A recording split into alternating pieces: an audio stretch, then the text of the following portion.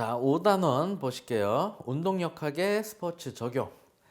선운동의 운동역학적 분석. 힘의 정의와 단위. 힘, 포스라고 되어 있죠. 뭐 포스라고 한국식 발음으로 읽기도 하고, 그렇죠? 그래서 힘에 대한 그 표현을 할 때 F로 표기를 하죠. 힘은 합성과 분해가 가능하다. 힘이 작용한 방향으로 가속도가 발생을 한다. 힘의 크기가 증가하면 그 힘을 받는 물체의 가속도가 증가한다. 자, 힘은 뭐냐? 움직임을 일으키는 원인이다. 힘은 움직임을 일으키는 원인이며 내력과 외력으로 구분할 수가 있다. 즉, 안쪽에서 일어나는 힘, 말 그대로 internal force라고 되어 있죠. 그러니까 안쪽에서 일어나는 힘과 외력, external force라고 되어 있는 것처럼 바깥에서 일어나는 힘으로 구분을 할 수가 있다. 물리에서 보면은 대부분의 그 전제들이 있죠. 외력이 작용하지 않는 한, 뭐 이런 식으로 전제 조건이 붙는단 말이에요. 그쵸? 여러분들도 이렇게 그 내용을 보시다 보면 아시겠지만, 그거는 곧 뭐예요? 외력, 어떤 뭐 바람에 대한 저항이라든가 이런 것들. 그쵸? 그런 외부에서 일어날 수 있는 요인으로 좀 영향을 받을 수 있는 것들이 이제 외력이라고 볼 수가 있겠죠. 뭐 당연한 내용입니다. 그렇죠? 힘의 벡터적 특성 3요소 하면은 크기, 방향, 작용점이다. 힘의 단위는 뉴턴으로서 이제 표시를 하고 이거를 이제 N으로서 표시를 하죠. 힘의 단위에는 뉴턴이 있죠. 이제 많이 쓰는 아주 대표적인 게 뉴턴이라는 힘의 단위가 있고 또 다인이라는 게 있어요. dyne 해서 다인. 제 예전 교육생 중에 다인 씨라고 있었어요. 여자분. 다인 씨라는 분이 있었는데 그렇게 기억을 해주세요. 그리고 킬로그램 중 이렇게 그죠? 또는 킬로그램 힘 이런 힘의 단위를 이렇게 사용하는 표현들이 있죠. 우리가 체중으로 사용하는 킬로그램의 중력 가속도 9.8m/s의 제곱이 같이 합쳐지게 되면 그쵸? 그렇게 되면은 킬로그램 중력 가속도가 들어가 있다 이런 의미로 킬로그램 중이라고 설명드린 적이 있죠. 또는 킬로그램 F 그래서 킬로그램 힘 이렇게 읽는다고 했었죠. 또 참고로 파운드가 있죠. 파운드. 이제 외국의 다른 나라에서 보통 많이 사용하는 그런 무게에 대한 단위로 표현을 하는데 요것도 우리가 힘의 단위로서 lbs 파운드라고도 쓰고 줄여서 lb 요렇게 표현을 하기도 합니다. 근데 이제 요 L자를 영어로 표기할 때 대문자 L을 쓰지 않고 소문자 L을 그냥 씁니다. 그래서 어떻게 보면 I자처럼 보여요. IBS 뭐 이렇게 보이는데 그게 아니라 LBS 해서 파운드라고 보시면 됩니다. 이제 간혹 그런 문제가 나와요. 종종 나왔었는데 힘의 단위가 아닌 것은 하고 1번 뉴턴, 2번 다인, 3번 킬로그램 중, 4번 킬로그램 이런 식으로 문제가 나온 적이 있어요. 제가 이거를 모의고사에도 출제를 했었었는데 실제로 시험 문제에 나온 적이 있다라는 거죠. 근데 제가 이렇게 설명을 많이 드렸음에도 불구하고 킬로그램이라는 거를 답으로 그냥 쓰는 사람들이 있단 말이에요. 역학에서는 우리가 평상시에 쓰는 킬로그램이라는 게 힘의 단위가 아니라는 겁니다. 반드시 알고 계셔야 돼요. 킬로그램 중 또는 킬로그램 힘 이런 표현으로 쓴다라는 거 꼭 기억하시기 바랍니다. 1N, 1뉴턴은 1kg의 물체를 1m/s의 제곱으로 가속시키는 힘을 이야기한다. 힘은 질량 곱하기 가속도다. 힘의 종류. 힘의 종류에는 굉장히 여러 가지 것들이 있죠. 자, 보실게요. 근력, 우리가 잘 알고 있는 근육의 힘을 이야기하는 거고, 중력, 인체나 물체를 지구 중심을 향해 끌어당기는 힘, 물체의 질량과 중력 가속도의 곱으로 나타낸다. 물체의 질량에 비례하겠죠.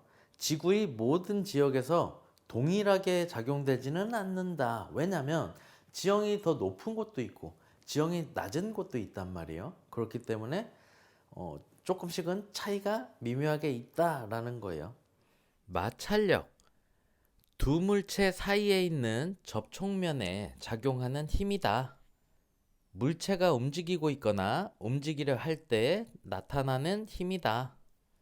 마찰력은 마찰 개수 곱하기 수직에 대한 그 항력이다. 수직의 힘을 이야기하는 거죠. 우리가 알고 있는 상식적인 그 마찰에 의한 힘을 생각하시면 돼요. 마찰력을 개수로 구분하여 개수가 0인 경우는 마찰이 없는 상태다 라고 보시면 돼요. 개수가 1인 경우는 마찰이 너무 커서 움직임이 없는 상태를 의미한다. 미끄럼 마찰력의 개수는 0.1에서 1.0 이하로 나타난다 라는 거고, 구름 마찰력의 개수는 0.1 이하로 나타난다 라는 거예요. 이렇게 바퀴가 굴러갈 때 그런 마찰력의 개수가 0.1 이하로 나타난다 라는 거죠. 아스팔트 도로에서 마찰 개수는 구름 운동보다 미끄럼 운동일 때 더 크다. 구르는 운동보다 미끄러지는 그런 미끄럼 운동일 때 더 크다라는 거죠. 위쪽에서 우리가 이야기를 했었죠. 미끄럼 마찰력의 개수는 0.1에서 1.0 이하라고, 그쵸? 그리고 구름 마찰력의 개수는 0.1 이하니까 당연히 미끄럼 운동일 때가 더 큰 거죠. 구름 마찰보다. 마찰력은 물체의 이동 방향과 반대 방향으로 작용을 한다. 그렇죠. 그래서 이렇게 마찰에 의한 힘이 생기게 되는 거죠. 같은 방향이 아니라 반대 방향으로 작용을 한다라는 거. 너무나 당연한 표현인데 이렇게 이제 문장으로 나와 있으면 또 헷갈리는 경우들이 있단 말이에요. 그렇죠? 접촉면의 형태나 성분, 즉 재질 등에 의해서 결정되는 힘으로 저항력 또는 추진력으로 작용할 수가 있다. 그쵸? 우리가 헬스장에 가면은 그 검은색 웨이트 존에 깔려져 있는 그런 에버롤 같은 거, 그럴 때는 잘 미끄러지지 않는 저항력으로서 마찰력이 작용을 하는 경우라고 볼 수가 있는 거고, 뭐 100m 그 달리기를 할 때 크라우칭 스타트 자세에서 마찰력 발로다가 팍 밀면서 추진력으로 이렇게 작용할 수도 있고, 육상 선수들이 신는 신발 스파이크라고 하는 운동화 있죠. 이 운동화에 못이 이렇게 박혀 있는 것 같은 그 형태의 신발, 그런 것도 추진력으로 마찰력을 추진력으로서 사용하는 그런 경우라고 볼 수가 있죠. 자, 마찰력 보시면 접촉면의 형태나 성분, 재질 등에 의해 결정되는 힘으로 저항력 또는 추진력으로 작용할 수 있다. 그쵸? 우리가 뭐 막 달리다가 멈출 때 이렇게 멈출 수 있겠죠. 저항을 주면서. 또는 이렇게 100m 달리기 같은 거 이렇게 크라우칭 스타트 자세에서 빵 치고 나갈 때 추진력으로서 마찰력을 이용할 수 있죠. 마찰 개수는 맞닿은 두 표면 사이의 마찰 정도를 뜻하며 접촉면의 형태와 성분에 따라서 달라진다라는 거. 당연한 얘기예요. 그렇죠? 접촉면이 어떤 걸로 되어 있느냐에 따라 달라진다. 마찰력의 크기는 마찰 개수와 접촉면의 수직으로 가해진 힘의 곱으로 접촉면에 가한 수직 힘의 크기에 비례한다. 최대 정지 마찰력은 운동 마찰력보다 크다. 당연히 최대 정지 마찰력이 운동 마찰력보다 커야지 멈출 수가 있겠죠. 부력. 부력은 액체 속에 있는 물체가 전체나 부분적으로 받는 윗방향으로의 힘을 이야기한다. 아마 여러분들 잘 아실 거예요. 이게 개념적으로는 뭐 이렇게 딱딱한 표현이지만 부력이라는 거는 물 속에서 이렇게 떠오르게끔 되는 걸 의미하죠. 그리고 항력, 유체에서 이동하는 물체가 정면으로부터 받게 되는 힘을 이야기하죠. 이걸 항력을 저항력이라고 생각해 보세요. 저항력. 저항하다 할 때의 저항. 그러면 정면에서부터 이렇게 오는 힘을 우리는 항력이라고 표현을 하는 거예요. 내가 이렇게 꼿꼿이 몸을 세우고 오토바이를 탈 때 항력을 많이 받게끔 되겠죠. 그럼 당연히 오토바이가 앞으로 더 빠르게 나가는데 방해를 받겠죠. 근데 내가 자세를 낮추면 항력을 덜 받게 되겠죠. 그럼 오토바이가 좀 더 빠르게 갈 수 있는 여지가 생길 수 있죠. 자, 양력 보실게요. 양력은 떠오르게 하는 힘으로 중력에 반대되는 힘이다. 떠오르게 하는 힘. 비행기 날개를 생각하시면 돼요. 비행기 날개 아래쪽에 작용이 되는 힘을 양력이라 그래요. 이렇게 떠오르게 하는 힘. 양력은 물체가 이동하는 방향의 반대 방향으로 항력이 발생할 때 항력에 대해 수직 방향으로 작용한다. 양력은 이동하는 물체 주위를 흐르는 유체의 상대 속도 차이에 의해서 물체의 이동 방향에 수직으로 작용하는 힘이다. 유체라는 거는 이제 공기 또는 액체 속에 있는 그런 상태를 얘기하는 거예요. 양력은 베르누이 원리로 설명이 되죠. 베르누이 원리의 안에 같이 이렇게 좀 있는 게 그 마그누스 효과라고 보시면 되는 거고요. 양력은 형태의 비대칭성, 회전 등에 의해 발생이 된다라는 거죠. 그러니까 회전, 그 스핀에 의해서 발생이 된다. 공 같은 경우도 이렇게 막 스핀이 일어나면서, 그렇죠?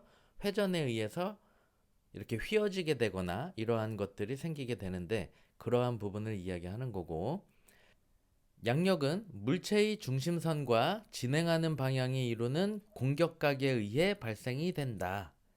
이게 이렇게 이제 말로 되어 있으니까 조금 어려운 느낌인데, 자, 제가 비행기에 적용된 그 날개 있죠? 비행기의 날개로 설명을 좀 드려볼게요. 비행기에 있는 그 날개를 보시면 윗부분은 이렇게 좀 둥근 형태로 되어 있어요. 그리고 아랫부분은 평평하게 설계가 되어 있단 말이에요. 이제 그런 비행기가 이제 하늘을 날 때 날개 윗면을 지나가는 공기의 흐름이 아랫면을 지나가는 공기의 흐름보다 더 빠르게 되죠. 그렇기 때문에 위쪽에 작용하는 압력은 작고 아랫면에 작용하는 압력은 크게 되기 때문에 비행기 날개가 이제 위쪽으로 힘을 받게 되면서 떠오르게끔 이렇게 되는 부분이죠. 양력의 크기는 공기의 밀도, 물체의 상대적 속도, 양력의 개수, 물체의 면적에 비례한다. 비행기 날개를 잘 생각해 보세요. 그러면 그렇구나 이런 느낌이 좀 드실 수가 있을 거예요. 마그누스 효과. 마그누스 효과에 대해서 이제 조금 이야기를 해드리면, 마그누스 효과는 사실 예전에 1852년에 독일의 물리학자 구스타프 마그누스라고 하는 사람이 그 포탄의 탄도를 연구하면서 이제 발견한 그러한 부분인데, 그 사람이 그렇게 발견을 했다 해서 마그누스라는 이름이 붙게 된 거고, 이제 물론 이제 여러분들이 이렇게 뭐 몇 년도에 뭐 어느 학자 뭐 이런 걸 외우실 필요는 없습니다. 전혀. 저는 이제 유래를 설명을 좀 드리는 거예요. 참고로. 우리가 이제 야구 경기 같은 거에서 흔히 볼 수 있는 커브볼 있죠? 마구. 그게 이제 베르누이 원리가 숨어 있는 거죠. 박찬호 선수가 볼을 던질 때, 이때 보시면 유체 속에서 물체가 그냥 운동하는 게 아니라 회전을 하면서, 공이 회전을 하면서 운동을 하기 때문에 마그누스 효과라고 이제 그렇게 표현을 하는 거죠. 회전하는 공이 어떻게 휘게 되는 걸까요?